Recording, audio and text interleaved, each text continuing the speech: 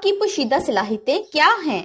ماحول صلاحیتوں پر اثر انداز ہوتا ہے اور بعض صلاحیتیں صرف ماحول کی پیداوار ہیں۔ قدرت نے ہر شخص کو صلاحیتوں کے خزانے سے نوازا ہے اور یہ صلاحیت ہی سے کامیابی سے ہمکنار کرتی ہے۔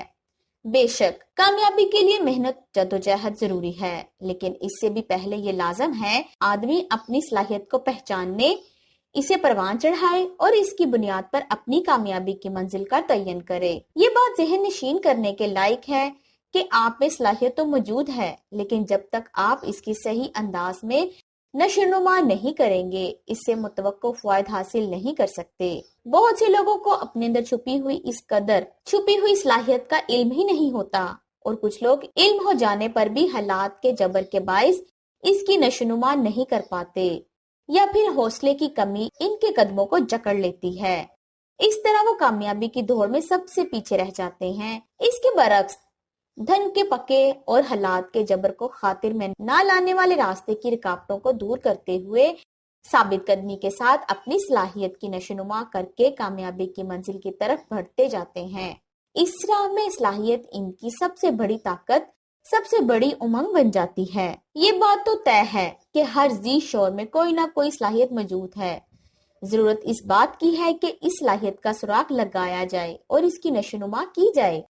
صلاحیت کا علم ہو جانے پر بھی اس کو پروان چڑھانے اور اسے بھرپور ڈھنگ سے بروئے کار لانے کی راہ میں دشواریاں پیش آ سکتی ہیں، جیسے وسائل کی کمی، خاندانی روایات اور سماجی بندشیں وغیرہ۔ ہو سکتا ہے کہ آپ میں ایک بہترین درزی بننے کی صلاحیت ہو، لیکن یہ معاشرہ یا آپ کی فیملی آپ کو اس کی اجازت نہ دے، یا پھر آپ ایک بزنس مین بننا چاہتے ہیں لیکن وسائل کی کمی کے سبب آپ اپنی خواہش پر عمل درآمد کرنے سے قاصر رہتے ہیں۔ اس قسم کی اور کئی رکاوٹیں آپ کو آگے بڑھنے سے روکتی ہیں، لیکن اگر آپ اپنی صلاحیت کو صحیح انداز سے بروئے کار لائیں تو یہ رکاوٹیں خود بخود آسان ہوتی چلی جاتی ہیں۔ شرط صرف ثابت قدمی ہے۔ آپ اپنے ارادے پر مضبوطی سے جمے رہیے اور راستے کی دشواریوں سے گھبرائے بغیر آگے بڑھتے چلے جائیں۔ ایک انسان میں صرف ایک صلاحیت نہیں ہوتی، وہ بیک وقت کئی صلاحیتوں کا مالک ہوتا ہے، لیکن یہ سب صلاحیتیں ایک سی نہیں ہوتی۔ ان میں کچھ اعلیٰ درجے کی ہوتی ہے، کچھ ادنا درجے کی۔ ضرورت اس بات کی ہے کہ انسان اپنے اعلیٰ درجے کی صلاحیت کو پہچاننے اور اس کی نشو و نما کرے۔ اول درجے کی صلاحیت کی نشو و نما کی جائے تو انسان اول درجے کی کامیابی حاصل کرے گا۔ دوسرے درجے کی صلاحیت کی نشو و نما کی جائے تو وہ نتائج نہیں ملیں گے۔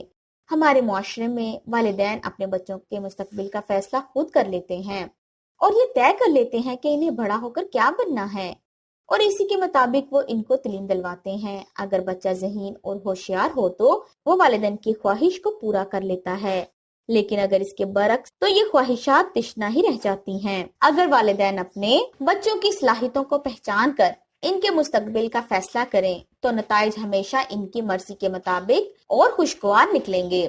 یہ بات بھی قابل توجہ ہے کہ ماحول صلاحیتوں پر اثر انداز ہوتا ہے، اور بعض صلاحیتیں صرف ماحول کی پیداوار ہیں۔ مثلا ایک حجام کا بیٹا بڑا ہو کر حجام بنتا ہے، اور ایک نان بائی کا بیٹا نان بائی۔ کسی ادیب کا اور دانشور کا بیٹا بڑا ہو کر ادب کے شعبے کی طرف جاتا ہے تو صنعت کار کا بیٹا صنعت کار ہی بنتا ہے۔ یہ سب ماحول کی کار فرمائیاں ہیں۔ ماحول ہی ان میں یہ سب بننے کا رجحان پیدا کرتا ہے۔ وہ جس ماحول میں پیدا ہوتے ہیں اسی کا اثر لیتے ہیں، لیکن تمام صورتوں میں یہ بات صحیح نہیں ہے۔ بعض اوقات ان کی صلاحیتیں انہیں ایک بالکل الگ ہی راستے پر لے جاتی ہیں، اور یہ سب اس وجہ سے ہوتا ہے کہ ان کی صلاحیت ماحول کے برعکس زیادہ ابھر کر ان کی شخصیت کو اپنی گرفت میں لے لیتی ہیں۔ اس بحث سے قطع نظر کے انسان کی کون سی صلاحیت زیادہ قوی اور اثر انگیز ہے، بعض ماہرین نفسیات کا دعویٰ ہے کہ اگر انسان کو ایک مخصوص ماحول میں پرورش دی جائے تو وہ اس کا اثر لازمی طور پر قبول کرتا ہے اور اس کی صلاحیتیں اس ماحول میں رنگ جاتی ہیں۔ اس لیے وہ والدین کو مشورہ دیتے ہیں کہ اگر آپ اپنے بچے کو کسی مخصوص پیشے کی طرف لے جانا چاہتے ہیں تو اسے اسی ماحول میں پرورش دیں۔ بڑا ہونے تک وہ ماحول کے زیر اثر اس پیشے سے وابستگی اختیار کر لے گا، لیکن یہ بھی اس صورت میں زیادہ خوشگوار ہوگا جب آپ اس کی اعلیٰ صلاحیت کو پہچانیں۔